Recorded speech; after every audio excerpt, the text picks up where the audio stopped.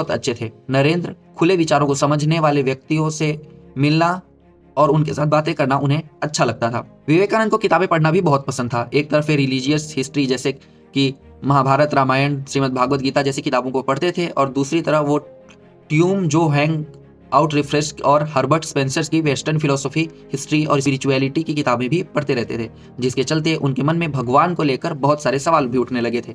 और शायद यही वजह थी कि अलग अलग मिशन और समाज जैसे कि केशव चंद्र सेन के नवाब के विधान जैसे, जिनका कहना था कि हर एक धर्म सच्चा है और इनका मानना था कि अंधविश्वास में नहीं, अपनी सोच पर विश्वास करो, भगवान को एक मानो और पूरे विश्व में सहनशीलता और भाईचारा फैलाओ। पढ़ाई के साथ साथ मन के अनसुलझे सारे आध्यात्मिक सवालों का जवाब श्री रामकृष्ण परमहंस से मिलने के बाद ही मालूम हुआ, क्योंकि जब नरेंद्र ने रामकृष्ण परमहंस से पूछा कि क्या आपने भगवान को देखा है, तो श्री रामकृष्ण ने जवाब में यह कहा कि हाँ, मैंने भगवान को देखा है और ठीक उसी तरह से देखा है जैसा मैं तुम्हें देख रहा हूँ। और इसके बाद नरेंद्र ने उन्हें अपना गुरु मान लिया। लेकिन उनके जीवन के एक पहलू में जहां उनकी दस्तक दी, ठीक वहीं दूसरी ओर 94 में भगवान ने 21 साल के स्वामी विवेकानंद की पढ़ाई भी पूरी नहीं हुई, उसके पहले उनके पिता को उनसे छीन लिया। शायद नरेंद्र को स्वामी विवेकानंद बनने से पहले उन्हें जिंदगी के इस टकरावों और पड़ावों को पार करना भी जरूरी था। अपने पिता के गुजर जाने के बाद नरेंद्र को पता चला कि गरीबी क्या होती है। धूप में रहकर, भूखा सोकर उन्हें यह पता चला कि आखिर भूख क्या होती है,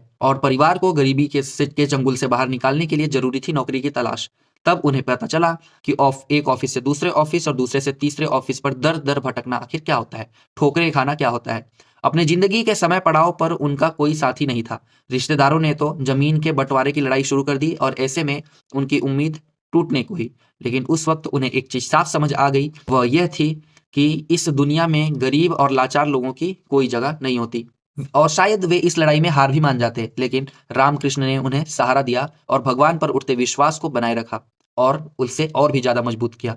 जब नरेंद्र दोबारा रामकृष्ण परमहंस जी से मिले, तब रामकृष्ण परमहंस जी ने उन्हें पूजा करने की सलाह दी। और जब नरेंद्र काली माँ के सामने पहुंचे, तब उन्होंने अपने तकलीफों का हल मांगने की बजाय उनसे विवेक यानी ज्ञान और वैराग्य यानी दुनिया की मोह माया से परे होने की दीक्षा मांग ली।